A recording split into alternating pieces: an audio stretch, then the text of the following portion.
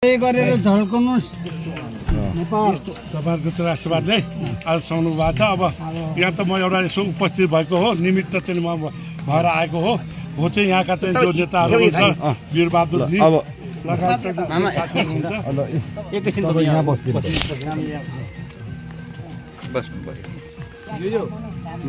बुवाजी यता बस्नु छ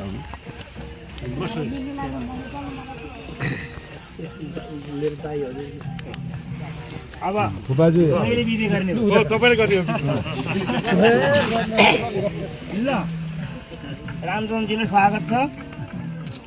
ल नाम पढ्नु न पढ्नलाई त रामचन्द्रजीले स्वागत छ।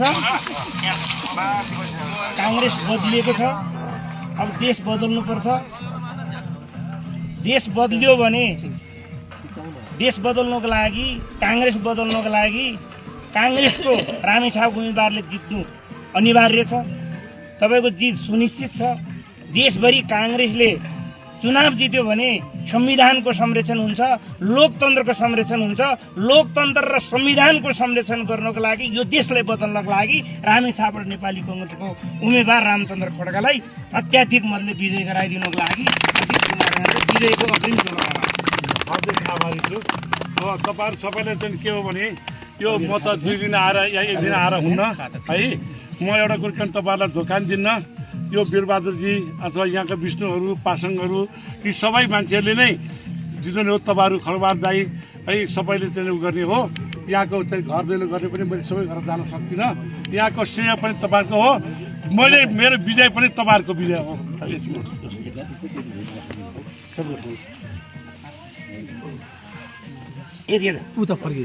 सम्पूर्णमा नमस्कार, जय नेपाल। विशेष गरी आज घर दैलो अभियानमा नेपाली कांग्रेसको तर्फबाट रामेछाप जिल्लाबाट प्रतिनिधि सभाको उम्मेदवारको रूपमा नेपाली कांग्रेसको पूर्व पार्टी सभापति, हाम्रो सबैको अभिभावक आदरणीय व्यक्तित्व रामचन्द्र खड्काज्यू प्रतिनिधि सभाको उम्मेदवारको रूपमा यहाँ राकाखुममा आइपुग्नु भएको छ।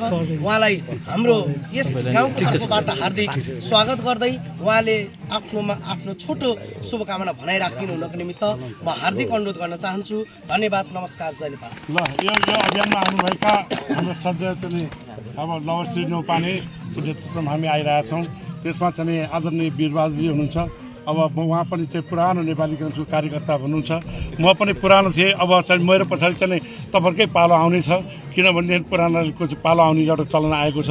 अब नयाँ कांग्रेसहरूले चाहिँ पछि काम गर्नुपर्ने हुनेछ। तर पनि पुरानो कांग्रेसहरूलाई प्राथमिकता दिने क्रममा अहिले पार्टीले चाहिँ नयाँ नेतृत्व आएको छ। त्यो यो मुलुकलाई बदल्नका लागि चाहिँ अहिले हाम्रो पार्टीमा पनि नयाँ नेतृत्व बदलेको छ। उम्मेदवार पनि म आएको छु र तपाईँहरूको सबैको भावनाको प्रतिनिधित्व गरेर म अरू भन्दिनँ। म चाहिँ 2 वर्षभित्रमा यो बाटो पिचको अभियान चाहिँ पुरा गर्न सकिनँ भने तपाईँहरूले मलाई कालोमसो दलेर यहाँबाट निकालिदिनु होला। म हुने भनेको तपाईँहरू नै हुने हो। केही मेरो स्वार्थ छैन। म तपाईँहरूको सेवाका लागि चाहिँ मलाई सेवा गर्ने अवसर दिनुहोस्। म उहाँले वीरबहादुरले भनिहाल्नुभयो, हामीले चाहिँ कांग्रेस पनि बदलेको छ, अब यो मुलुक पनि बदल्नुपर्छ। अझ यो बाटो बन्नु पर्यो, सबै किसिमको कुरा गर्नु पर्यो।